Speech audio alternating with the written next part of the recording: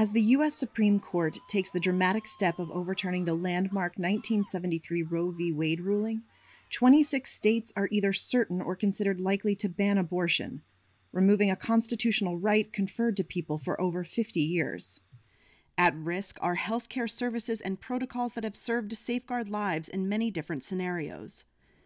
Elisabeth Keifer-Kraus used to be opposed to abortions, having a narrow view of the procedure. I had this image in my mind of people who chose abortions as being heartless. They didn't want their babies, so they would just kill them. But the English professor from Spokane, Washington, twice endured the traumatic experience of having to end truly wanted pregnancies, trials that ultimately shifted her views.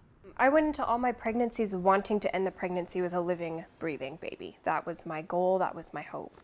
And that is not what happened for me. Her first pregnancy was identical twin boys. And about an hour after finding out there were 2 babies, we found out that everything was going terribly wrong with the pregnancy. She made the decision to terminate after finding out that neither child would be viable outside of her womb if she tried to carry them to full term, and received a surgical abortion at University of Washington Medical Center. And I struggled with the dichotomy of the narrative I had been told and the narrative I was living, which was that for me, these were very wanted pregnancies. Wanting to be a mother, Keifer-Kraus pressed on, and 2 months later she was pregnant again and was successfully able to give birth to her now 10-year-old Sophia. And when she was around 2 years old, decided to try one more time. I knew I wanted 2 kids, then I was done, and got pregnant again with my son, Malcolm, who ultimately ended up pushing me back into that decision of either my life or his life. This time the complications with her pregnancy were much different. He was growing and healthy, but she had fallen ill with pneumonia around the 16-week point. One night while teaching an evening class at Northwest University in Kirkland, Washington, she coughed so hard that her water broke, which caused a placental abruption, a serious condition in which the placenta separates from the wall of the uterus, and put Keifer-Kraus at risk of bleeding to death. I just told my doctor, I just want to go home. I just want to go home. And I will never really forget the moment that she looked at me and said, "This is your body and your choice. If you want to go home, you can.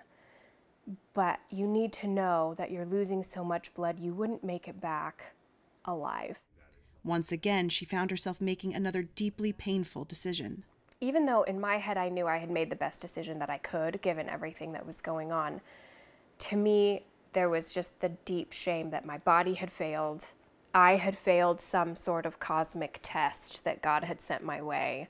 Keifer-Kraus keeps a trio of ultrasound images and a heart-shaped urn with Malcolm's remains in her bedroom to remember them. Despite the pain she has endured, she tried once more and gave birth to her daughter Malia in 2015. Having abortion services available enabled Keifer-Kraus to safeguard her health while building her family. She wanted to share her story because she wants people to know that abortion care is complex, and she fears a future without these options. That scares me because it has far-reaching implications that I don't think the general public is ready for. I feel profound grief. I think it's painful to be someone in this country who can give birth and who hears from the highest court in the land that my life, my dignity, my safety, my autonomy doesn't matter.